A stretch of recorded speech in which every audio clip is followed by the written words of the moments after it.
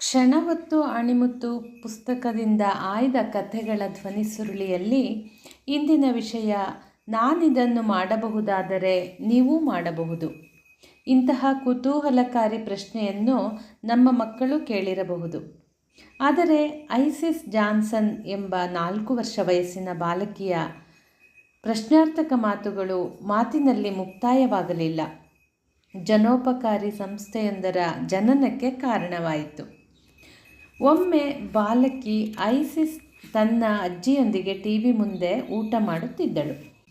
ಟಿವಿಯಲ್ಲಿ ಇಥಿಯೋಪಿಯಾ ದೇಶದ ಭೀಕರ ಬರಗಾಲ ಮತ್ತು ಅಲ್ಲಿನ ಮಕ್ಕಳು ಹಸಿವಿನಿಂದ ಸಾಯುತ್ತಿರುವುದನ್ನು ತೋರಿಸಲಾಗುತ್ತಿತ್ತು. ಅದನ್ನು ಕಂಡು ಐಸಿಸ್ಳ ಕರುಳು ಚುರುಕ್ಕೆನ್ನಿತು. ಆಕೆ, ಅಜ್ಜಿ, ನಮ್ಮ ಮನೆಯಲ್ಲಿ ಬೇಕಾದಷ್ಟು ತಿಂಡಿ ತಿನಿಸುಗಳಿವೆ. ನಾವು ಇಥಿಯೋಪಿಯಾದಲ್ಲಿ ಹಸಿವಿನಿಂದ ಸಾಯುತ್ತಿರುವ ಪುಟ್ಟ ಮಕ್ಕಳಿಗೆ ಏಕೆ ಕಳುಹಿಸಬಾರದು? ಪಾಪ, ಆ ಮಕ್ಕಳೇಕೆ ಹಸಿವಿನಿಂದ ಸಾಯಬೇಕು ಎಂದು ಮುಗ್ಧವಾಗಿ ಕೇಳಿದಳು.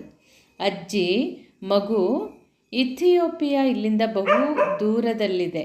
ನಮ್ಮ ತಿಂಡಿ ತಿನಿಸುಗಳು ಅಲ್ಲಿಗೆ ತಲುಪುವ ಹೊತ್ತಿಗೆ ಅವೆಲ್ಲ ಹಳಸಿ ಹೋಗಿರುತ್ತವೆ. ನಾವು ಕಳುಹಿಸಿದರೂ ಅವರಿಗೆ ಪ್ರಯೋಜನವಿಲ್ಲ ಎಂದರು.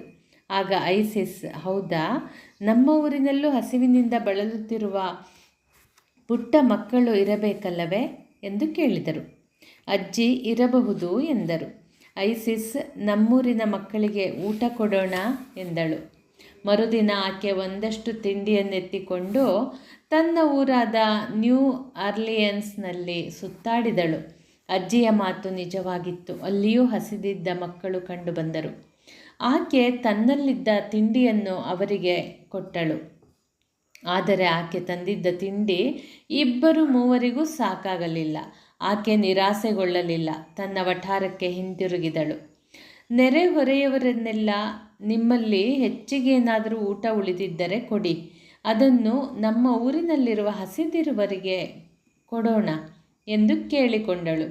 ಈ ಪುಟ್ಟ ಮಗುವಿನ ದೊಡ್ಡ ಬೇಡಿಕೆಯನ್ನು ನೋಡಿ ನಕ್ಕವರು ಕೆಲವರಾದರೆ ಸಹಾಯ ಮಾಡಲು ಮುಂದಾದವರು ಅನೇಕರು. ಆಕೆ ಅಂದು ಒಂದಷ್ಟು ಜನರಿಗೆ ಉಚಿತ ಊಟ ಒದಗಿಸಿದಳು. ಆನಂತರ ಆಕೆ ಮನೆಯ ಕಿಟಕಿಗೆ ಕೈ ಬರಹದಲ್ಲೇ ಬರೆದ ಫಲಕವನ್ನು ನೇತು ಹಾಕಿದಳು. ನಿಮ್ಮ ಮನೆಯಲ್ಲಿ ಹೆಚ್ಚಿಗೆ ಆಹಾರ ಉಳಿದಿದ್ದರೆ ಅದನ್ನು ಇಲ್ಲಿಗೆ ತಂದುಕೊಡಿ, ಅದನ್ನು ಬಡ ಜನರಿಗೆ ಹಂಚಲಾಗುತ್ತದೆ ಎಂದಿತ್ತು. ಅಂದಿನಿಂದ ನೆರೆಹೊರೆಯವರು ಆಕೆಯ ಮನೆಗೆ ಆಹಾರ ತಂದುಕೊಡಹತ್ತಿದರು. ಮೊಮ್ಮಗಳು ಮತ್ತು ಅಜ್ಜಿ ಅದನ್ನು ಹಂಚುತ್ತಿದ್ದರು. ಆಕೆಗೆ 8 ವರ್ಷ ವಯಸ್ಸಾದಾಗ ಆಕೆಯ ಅಜ್ಜಿ ಮತ್ತು ವಕೀಲರೊಬ್ಬರು ಐಸಿಸ್ ಟಿ ಜಾನ್ಸನ್ ಫೌಂಡೇಶನ್ ಸಂಸ್ಥೆಯನ್ನು ಸ್ಥಾಪಿಸಿದರು. ಐಸಿಸ್ಗೆ ಎಲ್ಲ ಕಡೆಯಿಂದಲೂ ನೆರವು ದೊರೆಯುತ್ತಿತ್ತು. ಆಕೆ ಆಹಾರದ ಜೊತೆಗೆ ಬಟ್ಟೆ, ಪುಸ್ತಕ, ಆಟಿಕೆಯ ವಸ್ತುಗಳನ್ನು ಸಂಗ್ರಹಿಸಿ ಹಂಚತೊಡಗಿದಳು.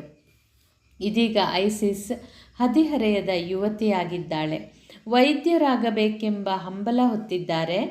ಆಕೆಗೆ ಅನೇಕ ಪ್ರಶಸ್ತಿ, ಪಾರಿತೋಷಕಗಳು ಬಂದಿವೆ. ಆಕೆಯನ್ನು ಅನೇಕ ಸಂಘ ಸಂಸ್ಥೆಗಳು ಆಹ್ವಾನಿಸುತ್ತಾರೆ. ಆಕೆ ಅಲ್ಲೆಲ್ಲ, ನಾನು ಇದನ್ನು ಮಾಡಬಹುದಾದರೆ ನೀವೂ ಮಾಡಬಹುದು, ನಿಮ್ಮದೇ ವಿಶೇಷ ಯೋಜನೆಯನ್ನು ಪ್ರಾರಂಭಿಸಬಹುದು. ಕಾರ್ಯ ಚಿಕ್ಕದಾದರೂ ಸಾರ್ಥಕ ಭಾವನೆ ದೊಡ್ಡದು. ನೀವು ಎಲ್ಲಿಂದ ಬಂದಿರಬಹುದು ಎಂಬುದು ಮುಖ್ಯವಲ್ಲ. ಮನಸ್ಸು ಮಾಡಿದರೆ ಜಗತ್ತಿನ ಬದಲಾವಣೆಗೆ ನೀವು ಕಾರಣವಾಗಬಹುದು. ನಾವೇನು ಮಾಡಬಹುದು ಎನ್ನುವುದು ಪ್ರಶ್ನೆಯಾದರೆ, ಯಾವುದಾದರೊಂದು ಅಸಹಾಯಕ ಪುಟ್ಟ ಮಗುವನ್ನು ನಿನಗೇನು ಬೇಕೆಂದು ಕೇಳಿ, ಅದನ್ನು ಕೊಡಲು ಪ್ರಯತ್ನಿಸಿ. ನಿಮ್ಮ ಫೌಂಡೇಶನ್ ಅಲ್ಲಿ ಪ್ರಾರಂಭವಾಗುತ್ತದೆ ಎನ್ನುತ್ತಾರಂತೆ. ಭಾರತವು ಅದೃಷ್ಟಶಾಲಿ ದೇಶ. ಏಕೆಂದರೆ ಇಲ್ಲಿ ಇರುವಷ್ಟು ಯುವ ಜನರ ಸಂಖ್ಯೆ ಬೇರೆ ಯಾವ ದೇಶದಲ್ಲೂ ಇಲ್ಲ. ನಾವೇನು ಮಾಡಬಹುದು ಎಂಬುದಕ್ಕೆ ಐಸಿಸ್ ಒಳ್ಳೆಯ ಉದಾಹರಣೆ ಅಲ್ಲವೇ?